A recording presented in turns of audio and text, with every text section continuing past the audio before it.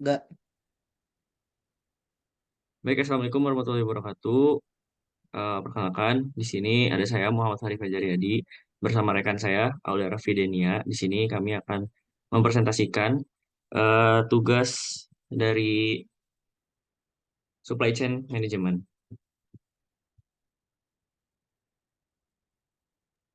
Oke, untuk yang nomor satu ini kan pertanyaannya pertimbangkan untuk membeli kaleng soda di toko serba ada. Jelaskan berbagai tahapan dalam rantai pasokan dan berbagai aliran yang terlibat. Dari tahapan yang saya sudah baca dari buku referensi, dalam konteks pembelian kaleng soda, rantai pasok melibatkan pengadaan bahan baku, produksi dan pengemasan, distribusi dari pabrik ke gudang ke distributor, gudang distributor ke toko serba ada, penataan rak di toko, penjualan di kasir, retur dan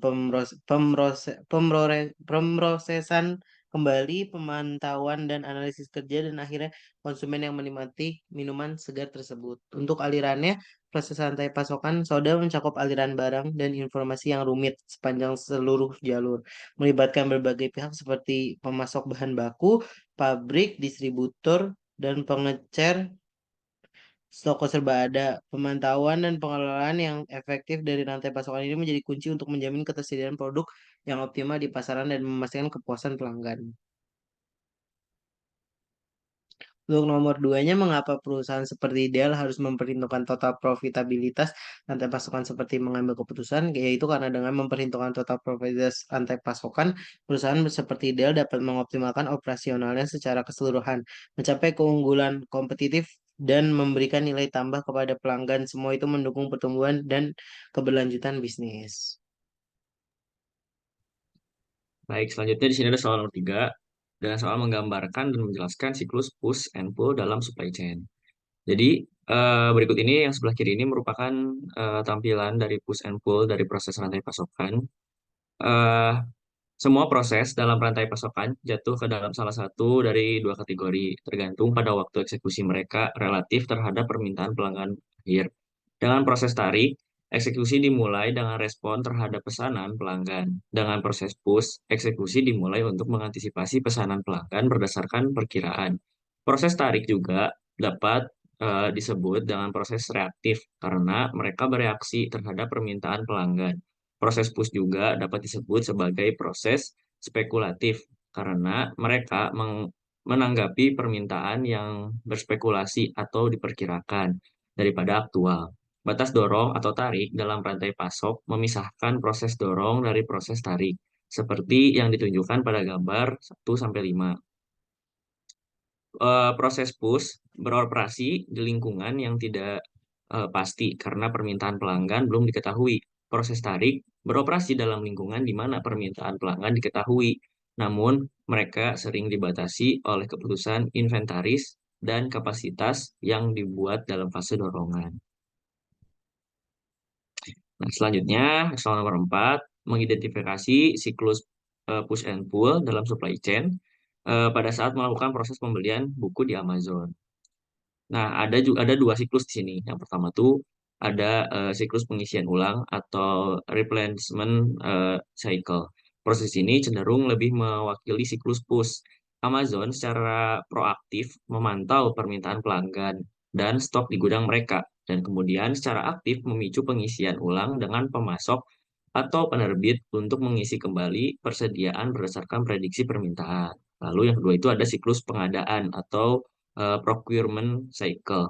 Proses ini dapat mencakup elemen dari kedua siklus push and pull. Ketika Amazon melakukan pembelian dengan penerbit atau distributor buku, mereka dapat menggunakan model push untuk buku-buku yang permintaannya dapat diprediksi dengan baik, dan model pull untuk buku-buku dengan permintaan yang lebih fluktuatif atau tidak pasti. Proses pengadaan juga dapat melibatkan elemen pull ketika Amazon merespons permintaan pelanggan yang spesifik untuk buku-buku tertentu.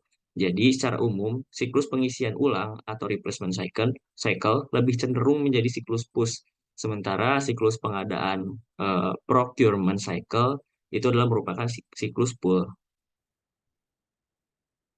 Nah, selanjutnya ada soal nomor 5, bagaimana aliran rantai pasokan mempengaruhi keberhasilan atau kegagalan perusahaan seperti Amazon. Buat daftar dua keputusan supply chain yang memiliki dampak signifikan terhadap profitabilitas rantai pasokan. Nah, jadi aliran rantai pasokan mempengaruhi keberhasilan atau kegagalan perusahaan seperti Amazon ada dalam beberapa cara. Yang pertama itu ada efisiensi dan efektivitas.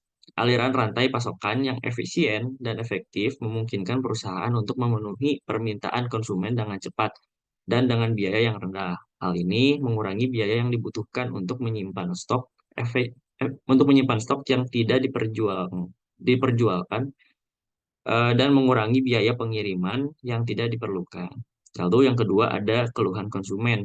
Kesalahan dalam aliran rantai pasokan seperti pengiriman yang lambat atau kesalahan dalam pengiriman dapat mengakibatkan kesalahan konsumen yang mengakibatkan hilangnya kepercayaan konsumen terhadap perusahaan. Lalu selanjutnya ada kinerja operasi.